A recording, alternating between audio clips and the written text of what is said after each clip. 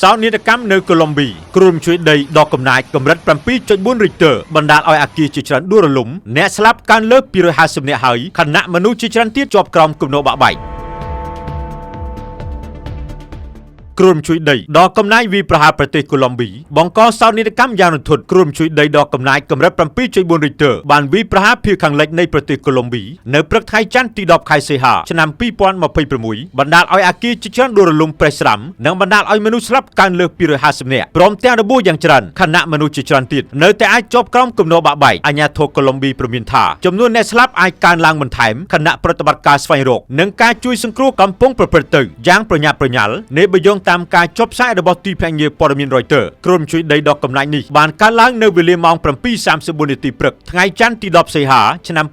2026 ដោយចំណុចកណ្ដាលនៃការរំជួយស្ថិតនៅក្បែរទីប្រជុំជន San Jose del Palmer ក្នុងខេត្ត Chugo ចម្ងាយប្រមាណ 400 គីឡូម៉ែត្រភាគខាងលិចនៃរដ្ឋធានី Bogota ការរំជួយដីនេះស្ថិតក្នុងជម្រៅដីរហូតដល់ទៅប្រមាណ 96 គីឡូម៉ែត្រឯណោះប៉ុន្តែកម្លាំងរបស់វាបានធ្វើឲ្យតំបន់ដ៏ធំទទួលរងការរំជួយយ៉ាងខ្លាំងអ្វីដែលធ្វើឲ្យប្រជាជនភ័យស្លន់ស្លោគឺការរំជួយមិនបានបញ្ចប់នៅត្រឹមតំបន់ចំណុចកណ្ដាលនោះទេប្រជាជនរាប់លាននាក់នៅទូទាំងប្រទេសបានទទួលអារម្មណ៍ពីកម្លាំងរំជួយរួមទាំងនៅទីក្រុងធំៗដូចជាក្រុង Bogota ក្រុង Medellin និងក្រុង Cali ផងដែរនៅរដ្ឋធានី Bogota សំឡេងស៊ីរ៉ែនរយន្តនិងប្រព័ន្ធរោទ៍ប្រកាសអាសន្ននៅតាមអគារបានពន្លឺឡើងទ្រហឹងអង្កងខណៈប្រជាជនភ័យខ្លាចរត់ចេញពីអគារប្រសេកប្រសាចពេញតាមដងផ្លូវដោយក្តីរន្ធត់កម្លាំងរំជួយនេះក៏បានធ្វើឲ្យកក្រើកដល់ប្រទេសអេក្វាឌ័រនិងផ្នែកខ្លះនៃប្រទេសវេណេស៊ុយឡាផងដែរប៉ុន្តែការបំផ្លិចបំផ្លាញធ្ងន់ធ្ងរបំផុតគឺស្ថិតនៅភាគខាងលិចនិងភាគកណ្ដាលនៃប្រទេសកូឡុំប៊ីជាពិសេសតំបន់ដាំកាហ្វេអាជ្ញាធរកូឡុំប៊ីបានបញ្ជាក់ថាទីប្រជុំជនជាង 20 កន្លែងទទួលរងផលប៉ះពាល់ចាប់ពីស្នាមប្រេះតូចៗលើជញ្ជាំងរហូតដល់អគារបាក់រលំទាំងស្រុងហើយគ្រោះថ្នាក់មិនទាន់ចប់ត្រឹមនេះ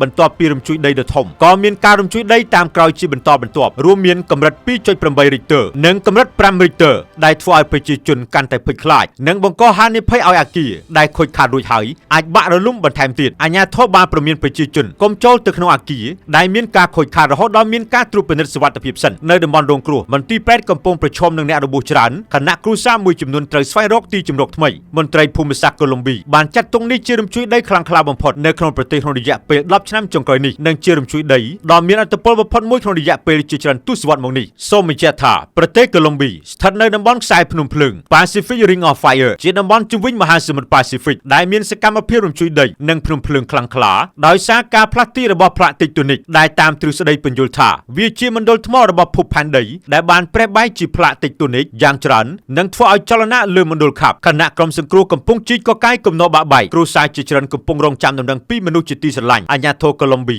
មិនទាន់អាចបិទបញ្ចប់ការបូកសរុបតួលេខអ្នកស្លាប់បាននៅឡើយទេព្រោះដំណើរការរុករកជនរងគ្រោះកំពុងបន្តហើយនៅតាមតំបន់ភ្នំដាច់ស្រយាលការទំនាក់ទំនងក៏មិនទាន់អាចស្ដារឡើងវិញបានទាំងស្រុងខ្ញុំតារាពី RT News